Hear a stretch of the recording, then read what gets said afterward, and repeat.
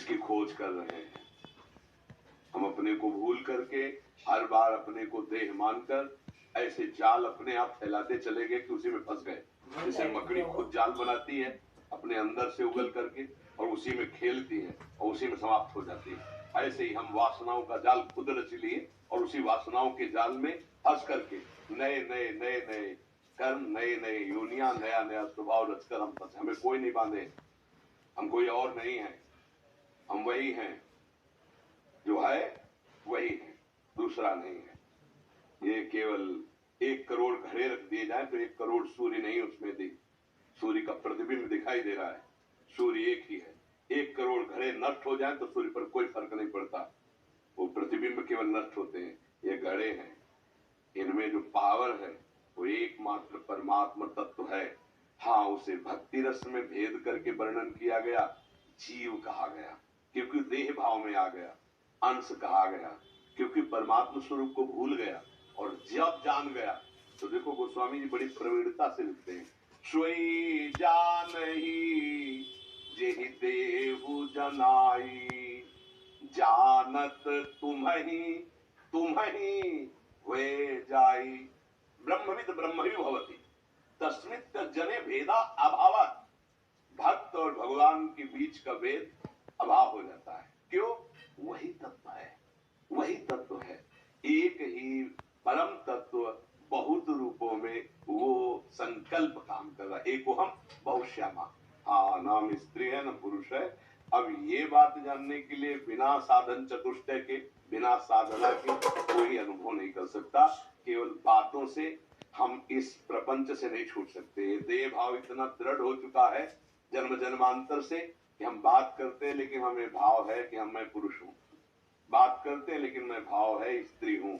तो देही भाव तो है ना, कैसे अपने स्वरूप को जान पाओगे?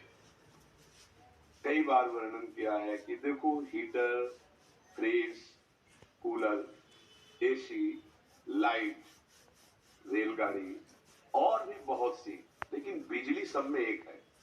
वो यंत्रों के प्रभाव से अलग अलग दिखाई देती है, तो बिजली अलग नहीं हो गई। कहीं हीट पैदा कर रही, कहीं शीतलता पैदा करे, कहीं रफ्तार पैदा करे, कहीं पानी निकाल, बड़े काम उसके हो रहे हैं, लेकिन पहचानने वाला एक ही शब्द बोलेगा, बिजली है, बिजली है।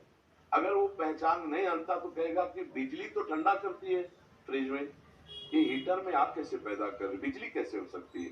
ऐसे ही एक ही बिजली है, धर्मात्मा और दुरात्मा। ये दो बाहरी करण है जिनके कारण क्रियाएं एक अनुकूल एक प्रतिकूल दिखाई दे रही, लेकिन उनमें जो समतुल परमात्मा तत्व है वो वही है। इन सब घड़ों में एक ही सूर्य चमक रहा है, दूसरा नहीं चमक रहा। जब खोजने चले, जब मिला तो खोजने वाला नहीं था। बस इतनी बात समझो, ये गूढ़ विषय परमात्मा। जब मैं था तब हरि नहीं, और अब बस खत्म। खेल अब खेलो, अब उसी को सखा मान के खेलो, उसी को गुरु मान के खेलो, उसी को पिता मान के खेलो, उसी को स्वामी मान के खेलो, जो चाहो अब खेलो। उसी खेल में आ गए, सच्चिदानंद वपुर, सच्चिदानंद खेल। अब कोई परेशानी नहीं। क्या है, प्रकृति के खेल को अपना मानकर प्रकृति के खेल में खेल रहे, इसलिए लगता है कहां मैं वो हो सकता हूं। ऐसा लगता है ना, जैसे गांव में एक कील ऐसे उठाई जाए और ऐसे फेंकी जाए तो गिर जाएगी ना। कहा जाए जिस धातु का एक कील है, ऐसे ही एक मकान जैसा बनता है हवाई जहाज, और वो हवा में उड़ता है। मानेगा कोई कील उड़ा के दिखाओ, अगर कैसे समझ में आएगा? जब वो देखेगा और विज्ञान को समझेगा तब समझेगा कि ऐसे नहीं, इसमें काफी आदमी बैठते हैं, साथ में एक पूरी सवारी बैठती जैसे बस में, और वो हवा में उड़ता है। अब विचार करके देखो, ऐसे लगेगा कि एक जीव जो मलिन आचरण कर रहा है वो भगवत स्वरूप कैसे हो सकता है? कैसे हो सकता है? भगवान तो सूर्य, चंद्र, आकाश, पृथ्वी, जल, ये सब पैदा करने वाले, मतलब वो कैसे हो सकता है? वो वही है। इस घड़े के भेद के कारण तुम नहीं समझ पा रहे। ये घड़े का भेदन करो तो अभी तुम्हें पता चल जाएगा कि चिनगारी जो ज्वाला से अलग हुई है तो उसका अस्तित्व चिनगारी है, लेकिन फूस और हवा साथ मिल जाए तो अभी ज्वाला रूप धारण कर ले, वो चिनगारी ज्वाला ही है। उस चिनगारी को चिनगारी